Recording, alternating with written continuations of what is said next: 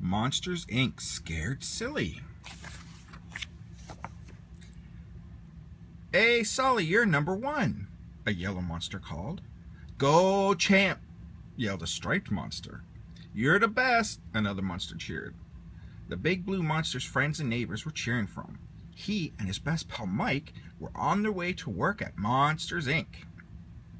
"My pal's the best scarer in all of Monstropolis," Mike, the one-eyed green monster, thought proudly.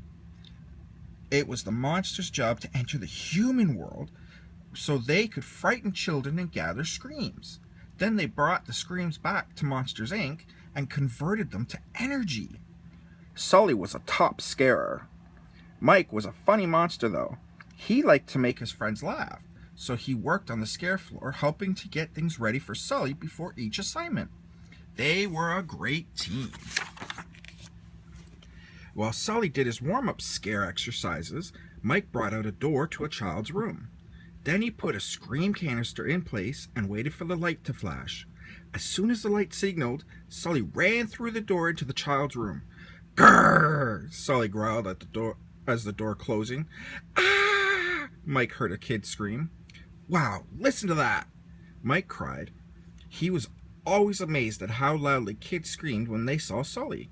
Sometimes he wondered what it would be like to be a top scarer.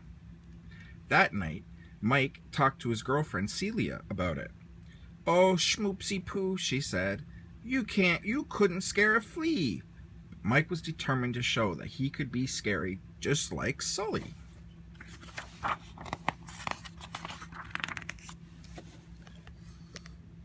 The next day, Mike carried a big black bag to work.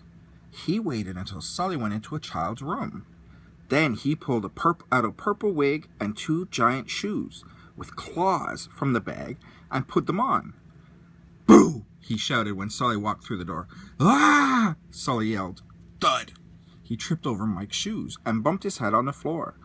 "What'd you do that for?" he asked Mike, rubbing his head. "Did I scare you?" Mike asked. "No, but you sure surprised me," Sully replied. "Oh." Mike was disappointed, but he wasn't going to give up. That evening, Mike left work without Sully. A big blue monster had to walk home alone. He wondered why his pal hadn't waited for him. When Sully got home to the apartment was dark. "Mike, where are you?" he called.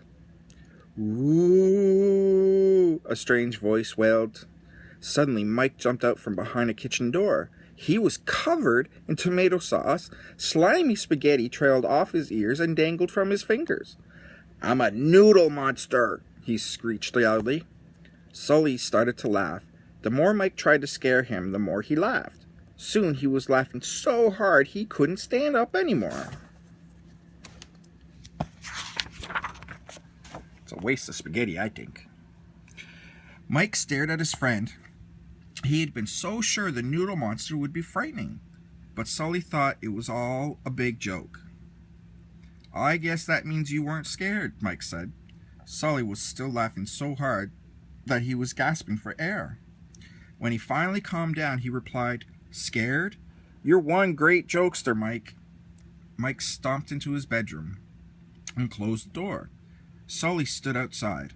"Come on, Mike, open up," he called, knocking on the door. "Go away," Mike answered back. He wouldn't come out. Later, Sully ate dinner and watched TV by himself. He didn't understand why Mike had gotten so angry. All he knew was that he missed spending time with him. Before he went to bed that night, Sully decided to apologize to Mike in the morning. He wasn't sure what he'd done, but he didn't want his best pal to be mad.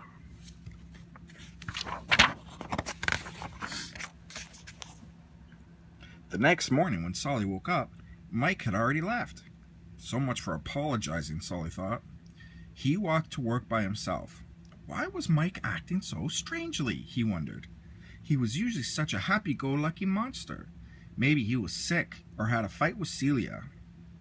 Sully went to the locker room to get ready, but he didn't feel much like doing his job. He was too worried about his friend. When he opened his locker door, Mike jumped out. He was covered with blue and purple fur, just like Sully. He was even wearing stilts to make himself tall. "Grrr!" Mike yelled loudly, waving his arms. Sully just stared at him. "Aw, Mike, what's wrong with you?" he asked. "Why are you making fun of me? I thought you were my friend." "Grrr!" Mike responded. Suddenly, Sully must have been scared, the one-eyed monster thought. Sully's feelings were hurt. He frowned and started to walk to the scare floor. Mike clumped after him on his stilts.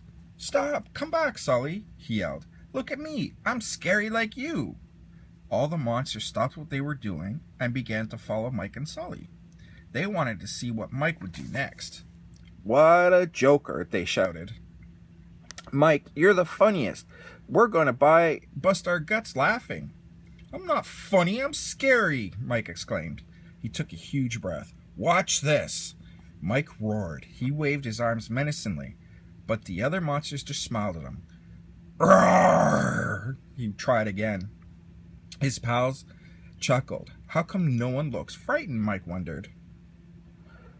"That's the loudest, scariest sound I've ever made." Then Mike's stilts flew out from under him. "Yeah!" he yelled. Thud. Mike groaned as he hit the floor. "Ow, ow, ow, ow! Ah, ha, ha!" All the monsters laughed. It's not funny to fall. Mike rolled to a stop beside Sully's gigantic feet. He sat up with a moan and rubbed his head. "Are you all right, buddy?" Sully asked.